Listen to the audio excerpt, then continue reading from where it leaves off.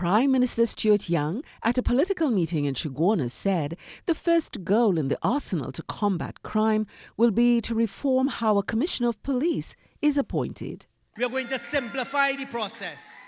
It is time in our writing of the next chapter, we break hold of those shackles and we find a way to implement a new appointment of a Commissioner of Police that is a simpler process, that finds the best fit, not necessarily rising through the ranks, but if you are the best person for the job, you get the job. The Prime Minister made the point that the effort to fight crime can be herculean and requires personnel who are highly trained and honest.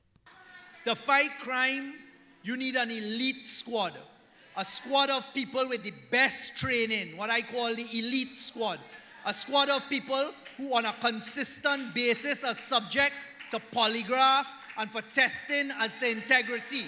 He said the squad will be under the headship of the police and will be assisted by the Defence Force with the best tactical training.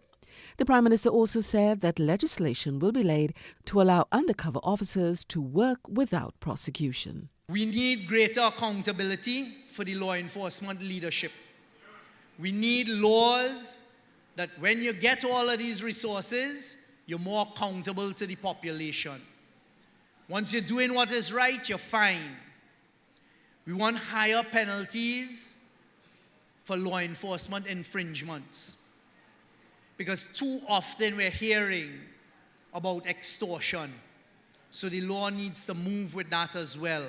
Prime Minister Young said the government is working to tighten any loose areas in the law, as well as in joint police and army operations, to make it harder for criminals. Mary Therese Bernard for TTT News.